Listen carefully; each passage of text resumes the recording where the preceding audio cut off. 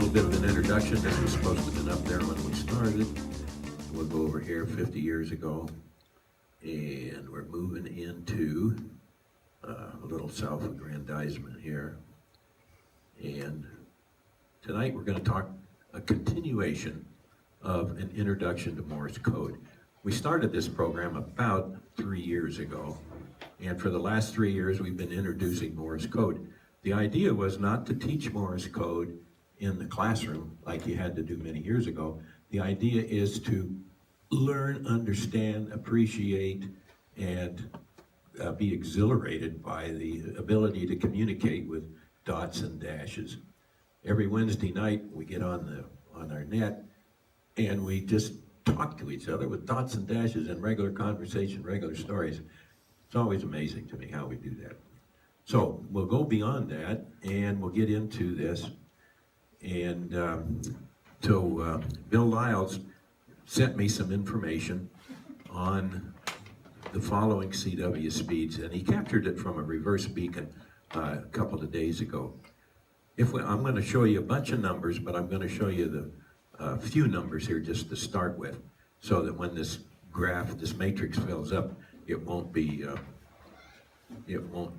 overwhelming. So the first column is the band. The second column is the minimum CW speed that was copied on that band. The next column over is the maximum CW speed that was copied on the band. And of course the next one is the average, and the next one is the median.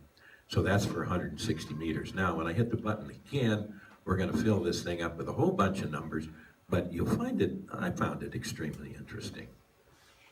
You look there at the minimum number. Boy, we're talking 1, 2, 3, 4 words a minute was the minimum CW speed that was copied on this reverse beacon network. What does that tell you? What it tells me is anybody can get on and communicate with CW. You don't have to be a whiz-bang. You don't have to go 40, 50 words a minute. You can go 1 and 2 words a minute. 1 word a minute is a character every 6 seconds. Well, that shouldn't be too difficult for anybody, as long as you could read it off of a card, 1 character every 6 seconds. So let me use this information to encourage you to get back on. Maximum speed, of course, we're not worried about the maximum speed. I think we're worried more about the average speed that you find on there, and that's 25 words a minute. So when you're studying the code, when you're starting to learn it, keep in mind that the average speed and the median speed is around 25 words a minute. So set your code, Morse code generator speed to deliver a character at 30 words a minute.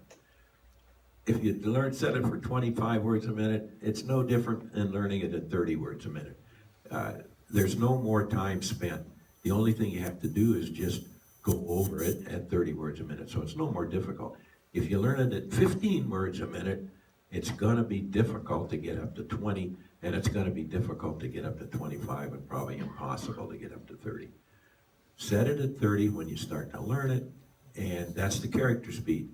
Then you set the word speed at whatever you can copy, 5 words a minute, 10 words a minute, whatever it takes. Be sure that you're copying the characters, though, at 30 words a minute.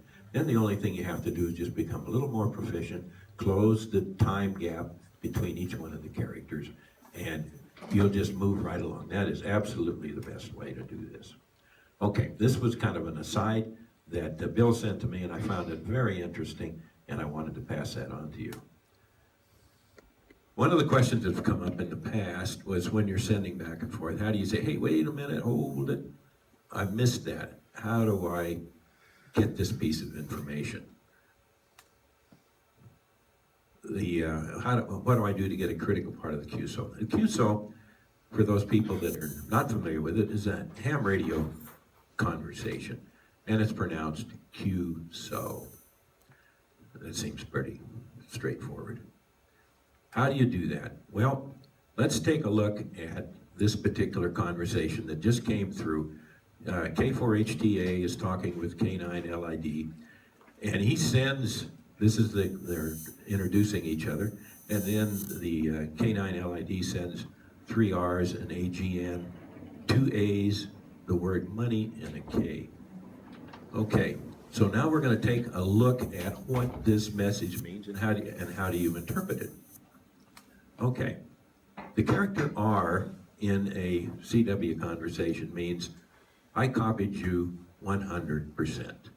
So when you're all finished and you pass it back and you say K, which means over, you say K to your friend, and then he comes back and he says, did I did? I copied you 100%.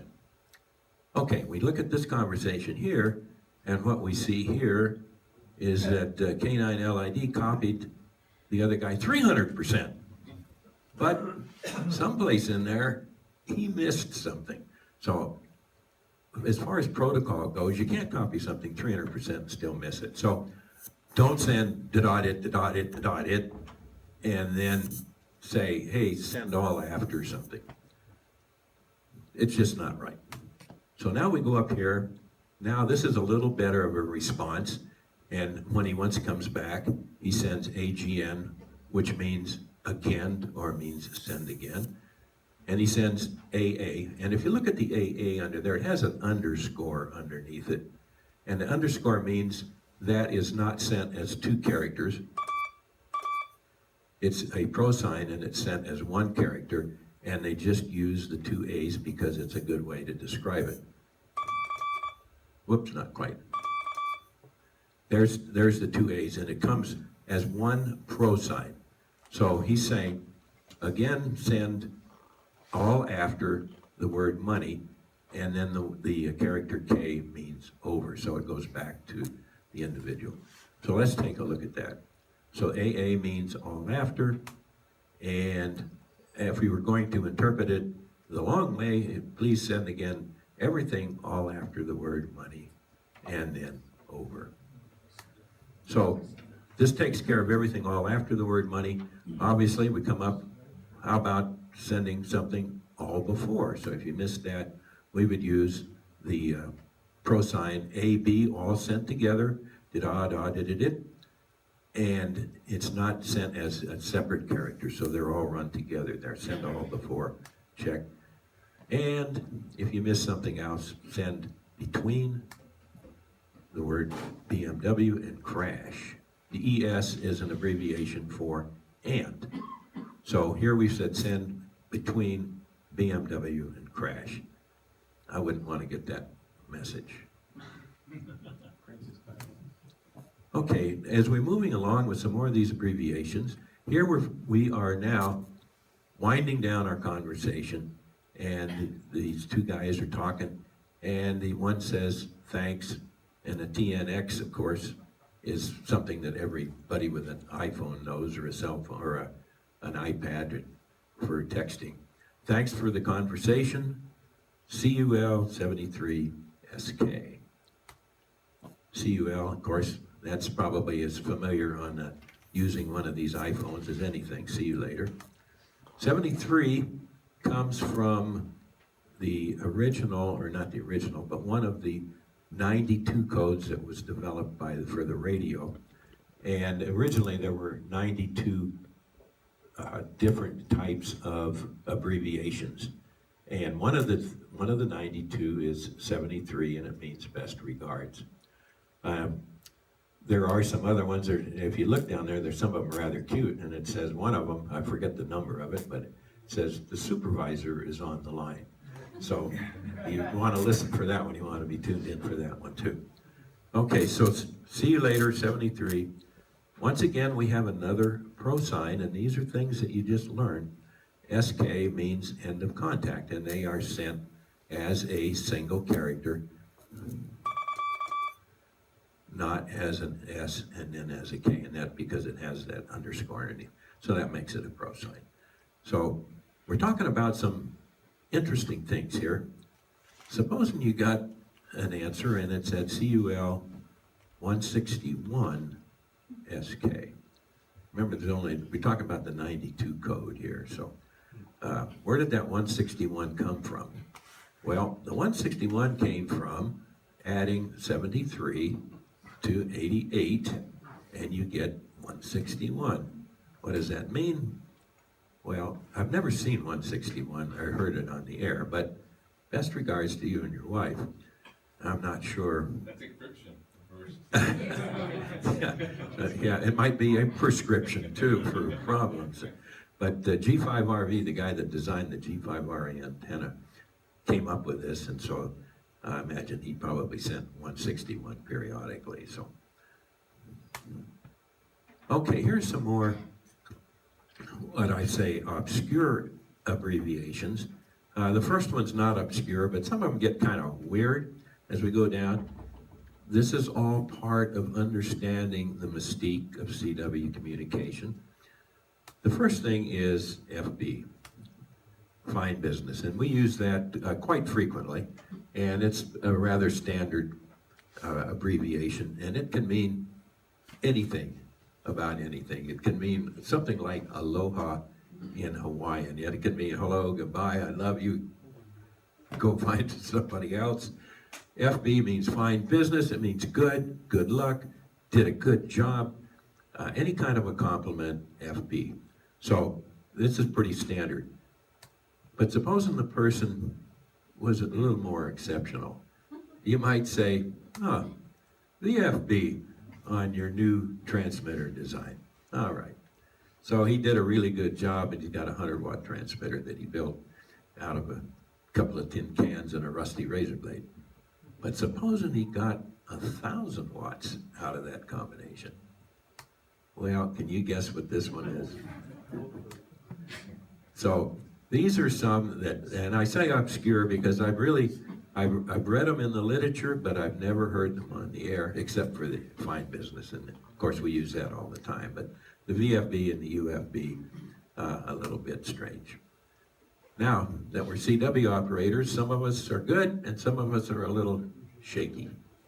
So if you're sending to somebody and he thinks that you need a little bit of improvement, a little more practice, he's going to send QLF question mark. The question mark makes it an interrogation. So what does that mean? He's asking you if you're sending with your left foot. And as with all types of Q signals, if there's a question mark incorporated in the Q signal, it means it's a question. If it is sent back to characters without the question mark, it's a statement. So here our friend here, K9LID, says, yes, I am sending with my left foot. Now, about that, there are some of these Winterfest and various Hamfest, they do have contests where you can send with your left foot, and they have a key out there and you send with your left foot.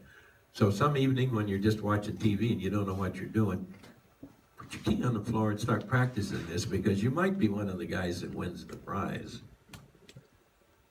Okay, and remember that in the heading here, these are some obscure, and I'm going to say odd abbreviations. How about 72? Well, 72 is sent by a person that's operating QRP. QRP is low power. So they want to make a statement. Instead of sending 73, best regards, they're going to say 72 because we're doing more with less. And that's so if you hear a 72 on there, the guy's probably sending it right, and most likely he's operating QRP. So in April, when we do our QRP and QRP to the field and Crazy Antenna Day, you probably hear the 72. So if you hear that, that means this guy's operating QRP and he wants you to know it. He wants you to know that he's good. We started last time, we were talking about cut numbers the last meeting we had, and I didn't get to go in there very much, and we kind of hit it on the edge there. So I want to talk a little bit about cut numbers, what they mean and how they're used. And I'm going to need some information back from you in just a minute, so I'm going to ask you some questions here. The cut numbers, as you see here, the numbers are represented by a letter, a character. And the advantage of that is that if you look, well, just look at the cut number for 1 here. And, there's number 9 is one of the more frequently used ones, and the number 0 for 10, I mean, the T for 0 is the other secondly most used one. If you look at the Morse code character for a 1, you can see how long it takes to send that thing. That's a long time. But if we change it, if we say instead of a 1, we're going to send the character A, that's pretty fast. And if you're sending a lot of characters, say for instance, you might be sending coordinates, and, and the person that's copying it knows that you're sending numbers, and that's a very important part of this, very important caveat for using cut numbers, is that the person has to know that you're sending them. So you can see the difference in the speed with sending 1 or with sending an A. And all the characters, all the numbers have a lot of dashes in them, except say for the 5, and it's kind of short. Okay, how do we know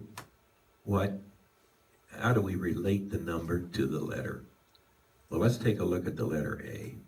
And I'm going to say that the letter A is associated with 1 because 1 is the first number that we have, and A is the first letter of the alphabet. So that's pretty easy to remember. We can get over that hump.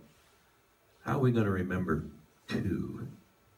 Well, I couldn't find any reference to the mnemonics to remember them, but I did see a relationship here where the U had 2 pips on it. So if you can think of the character U and it having the 2 pips on there, that would be, you could equate that to a 2. Probably remember it pretty easily. U rhymes with 2. And U rhymes with 2, yes. Now when we go down to the next one, the W has 3 pips on top of it. And it doesn't rhyme with anything, but so it has 3 pips on it, so there's a way to associate it. Okay, what character has 4 pips on it? I don't know. So this is what I came up with. I don't know how you associate the V with the 4. But 5, probably pretty easy to see that there's a relationship between the 5 and an S. Okay, we got another one that's in the category, or we actually got 3 that's in the category of the 4. I don't know except just memorizing those. And there they are. But now we've worked our way down to the N and the T, the 9 and the 0. The 9 is probably the character that you're going to hear on the air more than any other character as far as a cut number. And occasionally you'll hear the T in case of a 0.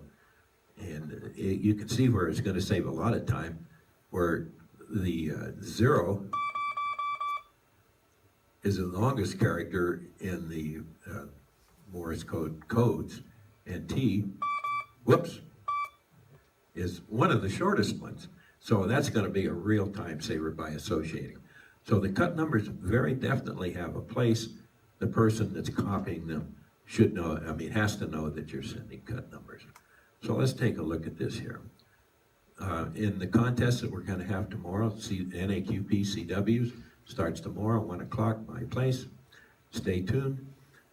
The exchange that you would find in a CW contest would probably be 599. Everybody's 599, unless you're in a QRP contest. And of course, these guys that send 72, they're going to give you an RST of 559.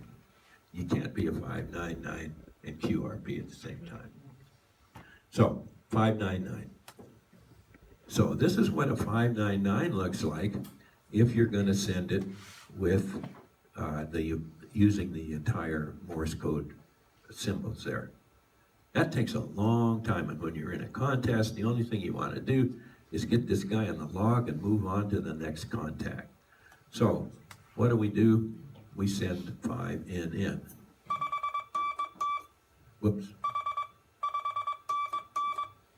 That's a lot shorter than that, and that just goes on. It's besides CQ, that will be the combination of letters that you will probably hear more than any other in a contest would be a 599, and it just zips right on by.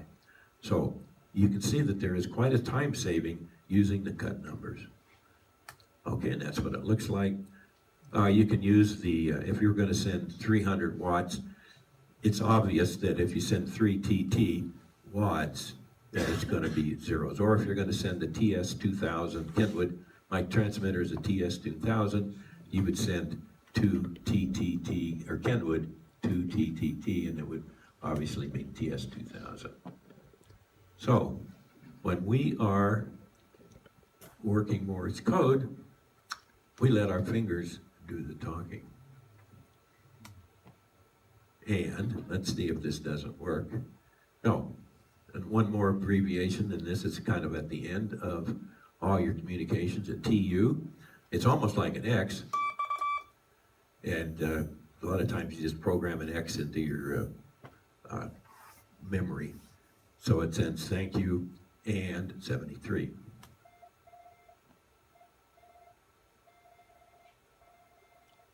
And we need to adjust that just a little bit next time. And our thanks to Sheila for our very nice logo, and thank you for attending.